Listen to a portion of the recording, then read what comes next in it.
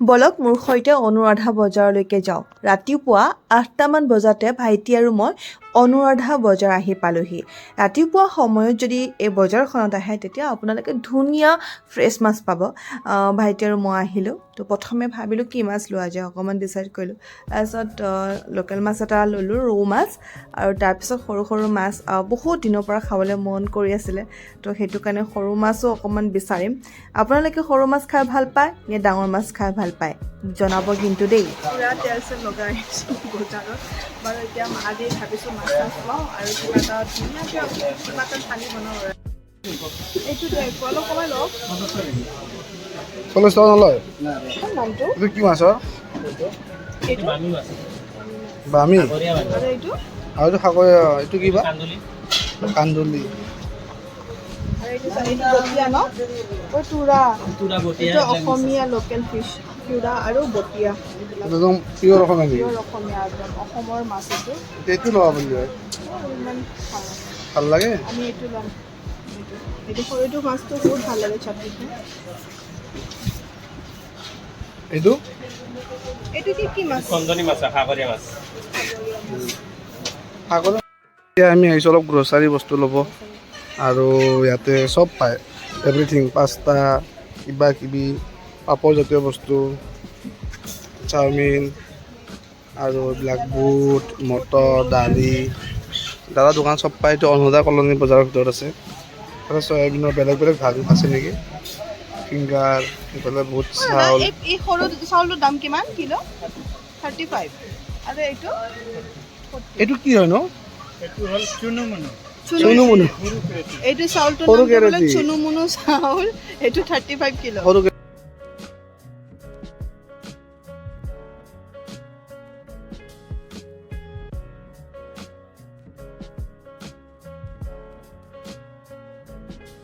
চচবিলাক চাফা কৰোঁ, যিহেতুকে বজাৰৰ পৰা আহি পালোঁ জাষ্ট, আৰু ঢেৰ এইবিলাক ইফালে ভাইটিয়ে চাফা কৰি আছে, আৰু মনাখন বজাৰ বস্তুবিলাক ওলাই লওঁ।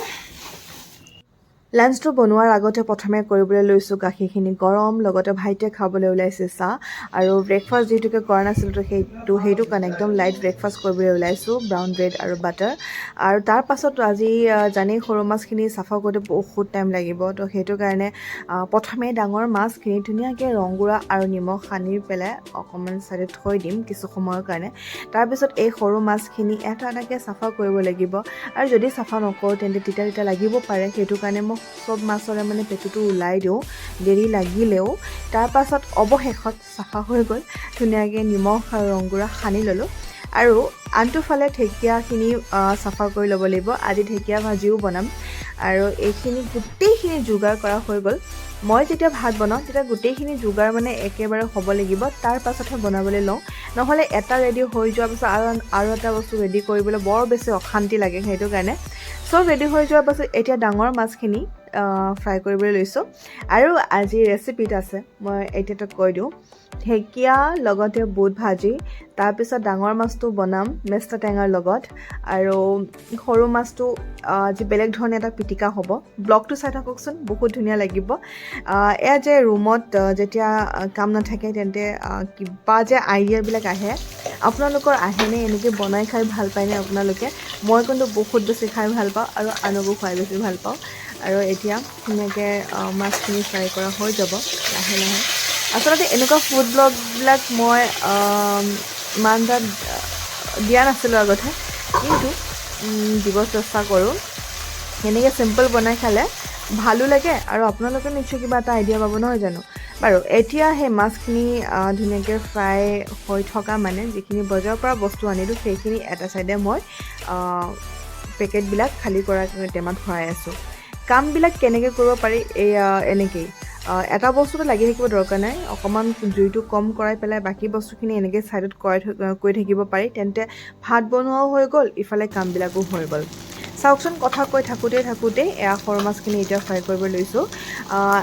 এতিয়া এইখিনিতে এটা কথা কৈ দিওঁ যে যেতিয়া সৰু মাছখিনি পিঁয়াজৰ লগত ভাজিব, প্ৰথমে পিঁয়াজখিনি ইয়াত দি নিদিব, যেতিয়া মাছখিনি ফ্ৰাই হৈ যাব তাৰ পাছতহে পিঁয়াজখিনি দিব, নহ'লে পিঁয়াজখিনি জ্বলি ক'লা হৈ যায়। যিখিনি পাৰোঁ আৰু সেইখিনি কৰিছোঁ, ইমান বেছি এক্সপাৰ্ট নহয়, তথাপিও এয়া সৰু সৰু অভিজ্ঞতাবিলাক তেনেকৈ আৰু শ্বেয়াৰ কৰি আছোঁ ঠিক আছে এতিয়া ধুনীয়াকৈ মাছখিনি ফ্ৰাই কৰা হৈ গ'ল আৰু এতিয়া মাছখিনি ফ্ৰাই হৈ যোৱাৰ পাছত সেইটো কেৰাহীতে মই বনাবলৈ লৈছোঁ ঢেকীয়া ভাজিখিনি মোৰ শাকৰ ভিতৰত চব শাক খাই ভাল পাওঁ কিন্তু ঢেকীয়াটো অলপ বেছিয়ে ফেভৰেট কেতিয়াবা কণীৰ লগত ঢেকীয়া ভাজি ভাল লাগে আৰু কেতিয়াবা বুটৰ লগত আৰু আজি বুটৰ লগতে বনাবলৈ গৈ আছোঁ আৰু আপোনালোকে কি শাক খাই ভাল পায় মই কিন্তু চব শাক খাই ভাল পাওঁ আৰু এতিয়া ঢেকীয়া ভাজিখিনি বনোৱাৰ আগতে প্ৰথমে তেলত বুটখিনি দি দিছোঁ কাৰণ বুটখিনি সিজোতে টাইম লাগিব ঢেকীয়া ভাজিখিনি সিজোতে ইমানখিনি টাইম নালাগে তো প্ৰথমে বুটখিনি দিয়াৰ পাছত নিমখ আৰু হালধি দিয়াৰ পাছত ঢাকনিখন কিছু সময়ৰ কাৰণে দি থৈ দিছিলোঁ তাৰ পাছত বুটখিনি ধুনীয়াকৈ সিজি গৈছে এয়া কতে থাকোঁতে আমাৰ সেইখিনি ভাজিও হৈ গ'ল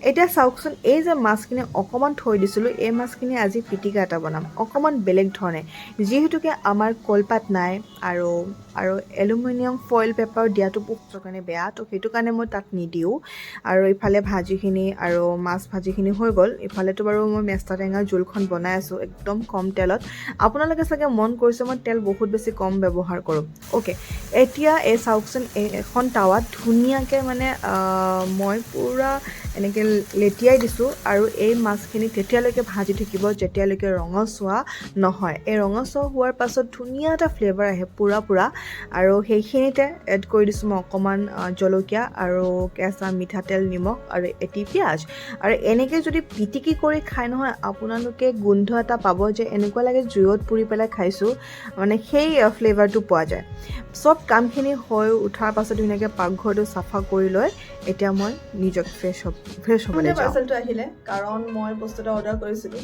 নাইকাৰ পৰা আৰু সেইটো হৈছে হেয়াৰ মাস্ক প্লামৰ আৰু এইটো হেয়াৰ মাস্কটো আৰু তাৰপিছত ইয়াতে এইখনত লিখা আছে কেনেকৈ ইউজ কৰিব লাগে বা কি কি ইনগ্ৰিডিয়েণ্টছ আছে গোটেইখিনি আছে কিন্তু যিহেতুকে প্ৰথম আহিছেহে জাষ্ট আহিলে মই খুলিও চোৱা নাছিলোঁ এতিয়া খুলি চাম আপোনালোকক যিহেতুকে দেখাম বুলি আৰু এয়া পূৰা পেক আছে মই এতিয়ালৈকে খোলাই নাই ইউজ কৰি চাওঁ বহুত ৰিভিউ পালোঁ যে চুলিখিনি স্মুথ হয় ভাল হয় গতিকে আজি ব্যৱহাৰ কৰি চোৱাৰ পাছত যদি সঁচাকৈ চুলিখিনি বহুত বেছি স্মুথ হয় বা ভাল হয় তেন্তে মই আপোনালোকৰ লগত শ্বেয়াৰ কৰিম ঠিক আছে এতিয়া মই ধুনীয়াকৈ লগাই লওঁ আৰু পিছত যেতিয়া মই ৰিভিউ দিম তেতিয়া কেনেদৰে চুলিখিনিত এপ্লাই কৰিব লাগে আৰু কিমান সময় ৰাখিব লাগে গোটেইখিনি ক'ম এতিয়া ঠিক আছে মই ইউজ কৰি লওঁ তাৰপিছত আপোনালোকক ৰিভিউ দিম